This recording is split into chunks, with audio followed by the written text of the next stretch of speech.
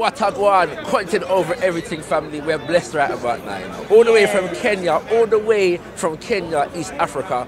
This is Dr Mumbi Seraki. Some of you will know who she is, but check out her channel, drmumbiseraki.com, for all of the latest news and information concerning politics and economics and sociology on the African continent, kings and queens. This is the #1 voice, and in fact, I'd say one of the 4 #1 voice coming out of the continent right back now in terms of PanAfricanism. Yeah, amazing. I'd say the #1 in media. Oh, yeah. You know what I'm saying? I would say that personally. Awesome. But there's also, we have to big up people like Kemi Seba, you know what I'm saying, who's based in Benin right about now. We have to big up PLO Lumumba, you know what I'm saying, who's saying some serious things. And we also have to big up Julius Malema. Yeah, you know what I'm saying? He's running for president right now. Indeed.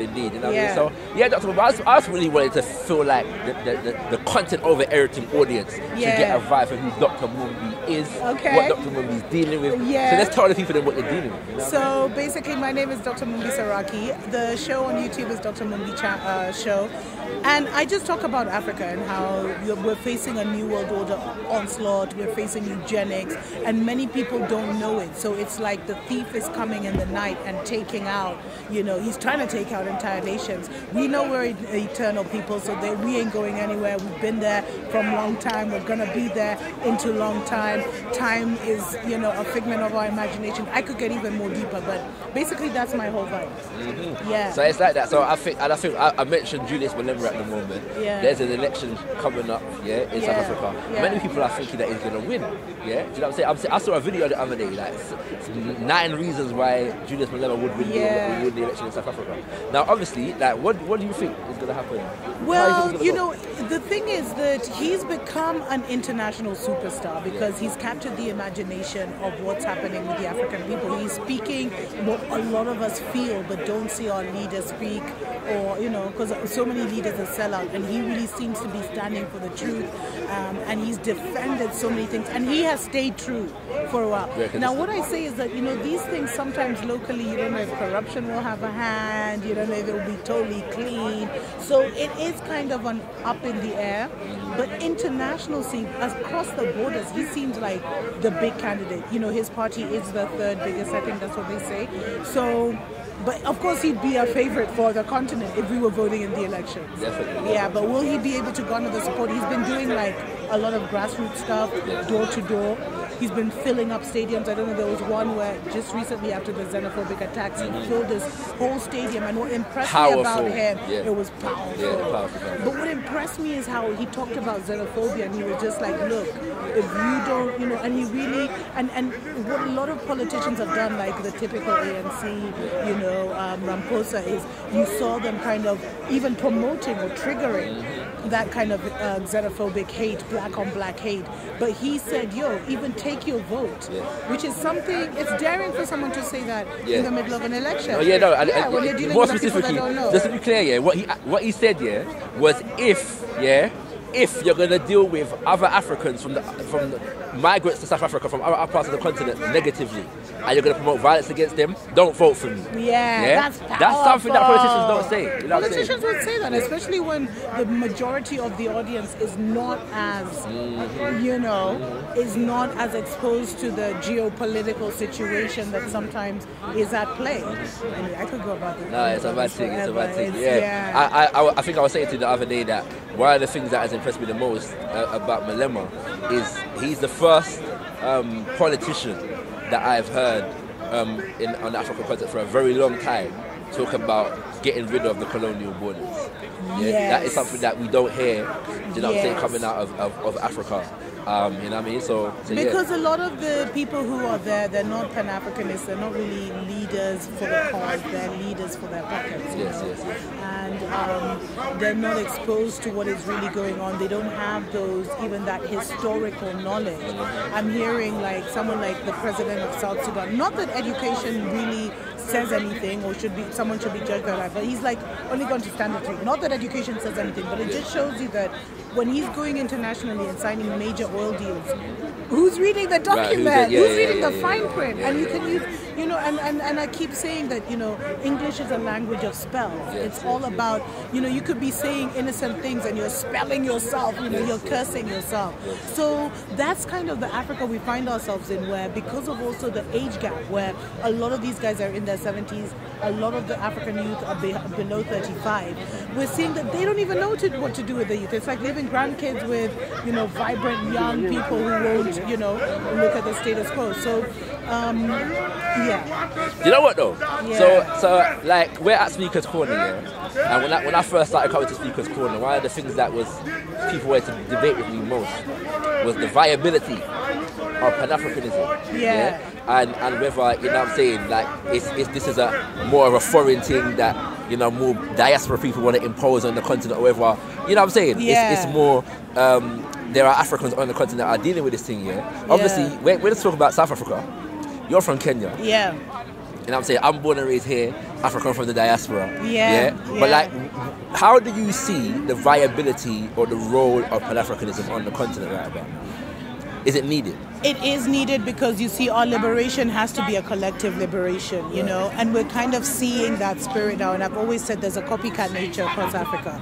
Just like with independence, one nation gained independence and within a decade, most of Africa was free. We're seeing that now with the revolution that's happened in Algeria, and then soon after in Sudan with Omar al-Bashir, and then with Bouteflika, two men in their, you know, 70s who had been ruling for 2-3 decades, etc. And so what I see is that the thing that's lacking is that there's been a veil over the African continent. So a lot of Africans are not aware of what they're really dealing with, and the nature of the beast, and how vicious the beast is. And so, you know, if you go and tell someone in Kenya, for example, that, you know, eugenics is under play and they're coming after our people, a lot of people won't believe it. They'll think you're one of those crazy people, you know. That's too way out there. So I think that's what's needed for Pan-Africanism. Also, you know, when they say that there's a disconnection, the main disconnection is in our minds and in our hearts. We don't know our history. We don't know who we are. Hence, we don't know our true identity. We're relying on the identity of the West. And this is happening on the continent, where you're still being told you're invaluable, but you are the original beings, and you're disconnected from your ancestors right there. And so I do feel the Pan-Africanist movement is necessary. It's happening already. And because of the demographic that is below the age of 35 and even below the age of 30, it's going to be epic. And it can go either way. And so that's why I think anyone who's over 35 has a responsibility to get healed, get balanced, and share their knowledge, share their talents, in kind of steering this generation into the greatest generation that has ever come, that has always been prophesied about, especially more and more now. So that's how I see it. And the role I see for the diaspora is kind of bringing, because you've lived in the mind and in the belly of the beast, you know the nature of the beast, and this is the kind of interaction and knowledge that would be useful. And even just coming and reasoning and with brothers and sisters, because this message has a way of spreading, and we're very lucky that we have such platforms like this, which kind of bring us all together and show our shared struggle, but, you know, the need for our shared consciousness. So Kenya has how many so-called tribes right now? 42, 44. Well, 44 allegedly. They say 44. Yeah. And is that a different language for each? Yeah, different language for Are each. these languages related or just separate and distinct? Some are of the Bantu dialect, some are of the Nilotic dialect, some are of the, you know, the Nubian dialect, etc. So we have, you know, Kenya is like, they say like Kenya is a microcosm of what it was in Egypt. So we have a lot of people, you know, a lot of political situations unfold where the Bantus and the Nilots hate each other. You know what I mean? And people don't understand that because now, you know, we call, you know, Lake Victoria and all these, all these Western names. So it's very interesting. Yes, I can imagine. So the reason why I asked the question though is because one of the things that has been said in conversations that we've had at Speaker's Corner is the extent to which the idea or the ideals of Pan-Africanism kind of infringe upon indigenous nations or so-called tribes, and whether Pan-Africanism complements their existence or seeks to disturb the existence of so-called tribes here. And what I've always said is that, well, if people can, there was once never a designated landmass called Kenya. This is what I'm saying. It's right? a cow pen, literally. This is what I'm saying. Like created by, you know, the West. Yeah. Created by Britain, more specifically. Yeah. So in that sense, if Kenyan is an identity that people can adopt.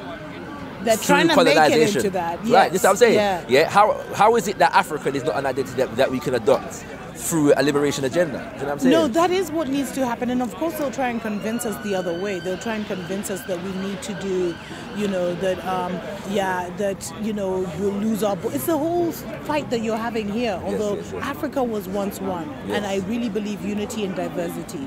Everyone has so much to bring to the table. And before, you know, this kingdom were masters in this. That kingdom were masters in that. And we all kind of exchange these ideas. Now, something really interesting is a lot of this knowledge is off the continent. 90% of our artifacts are off the continent. I mean, I think it's, and we've realized, you know, because Ethiopia went and asked for their things, Kenya went and asked for their things, Nigeria went and asked for their things, Senegal. But what if we did it as an African unity? You'd have more pull, because now it's you, and a lot of the times the museums say no, you know, because it's part of our history, and we now, you know, we want it, whatever. So that's what I see is necessary, that in our shared struggle, we cannot do it as individual nations, because you get isolated, you get taken out, and that's what's happened with Zimbabwe. Have you been to the British Museum yet? No. So you haven't actually witnessed all the artifacts that they have hoarded here? Thanks for reminding me of that. I have to. Yeah. And there's even more, because they got a basement where there's more things that the public don't see. You know what I'm saying? So yeah, it's when you say that, you know, 95% of our things is in, you know what I'm saying? And that's not taking into consideration the museums in France, Belgium, and these places there, you know what I'm saying? Germany. So we got to take back our things. You get me? We really 90%. And those were all instruments of power. Because we're disconnected to our spirituality from this religious thing, you know, why did they take our leaders' skulls? What's up with that? Why did they take the hair? Why are they now giving the emperor from Ethiopia's hair back? Have they done some weird things to that? We're disconnected from that. So you know, they tell us it's hoodoo voodoo, and then yet they're doing it. They're doing you know what I mean? So it's crazy. It's a very serious thing. You know what I'm saying? You know, content over everything audiences, they're in it for the long haul, you know. Like, there's 2-hour videos and people watch the entire 2-hour video. It's one of them things, you know what I'm saying? So yeah, I know you're used to shorter videos. Yeah, I'm like, yo, I mean, but we're gonna adapt to you. We got adapt to you anyway, but I just figured that, you know, the content over everything audience should know who Dr. Mumbi is. You know what I'm so saying? grateful and for it's this beautiful opportunity. Thank you so much. It's freezing out here though. You know what I mean? We're gonna. So that's one of the reasons why we're gonna move out here. You know what I'm saying? But yeah, it's because we don't always get, you know, our international Pan-Africanists to feature on these platforms. You know what I'm saying? This is, so, you know what I mean? And even this concept is awesome. A speaker's corner. We need more of that. But when you come back, you can deliver a speech. I will, yo. You know what I'm saying? No, I will. I was ready. I was like, I was trying to see who to borrow one from, because it's an amazing thing. It's an amazing concept. Yes. Well, this is content over everything, Content over everything. You have to let the people know where they can find Dr. Mumbi. So please come find me. www.drmumbishow.com is my website, or you can just go on YouTube, Dr. Mumbi Show, and don't forget to subscribe, hit the notification button, everything about Africa. So be in touch. So let me tell you why I'm happy. Yeah. Because, like, when it comes to Pan-Africanism, me and my brother Shaka, like, especially Wagwan family. Light skin darling, but man, good man. Man, did good man. I'm gassed up. Yes, bro. I told her, yo. Oh, she told me she's with her dad, innit? I told her, man's coming to Paris. Is it? That you going on here? I'm doing what I have to, fam. It's that it goes. Can't front.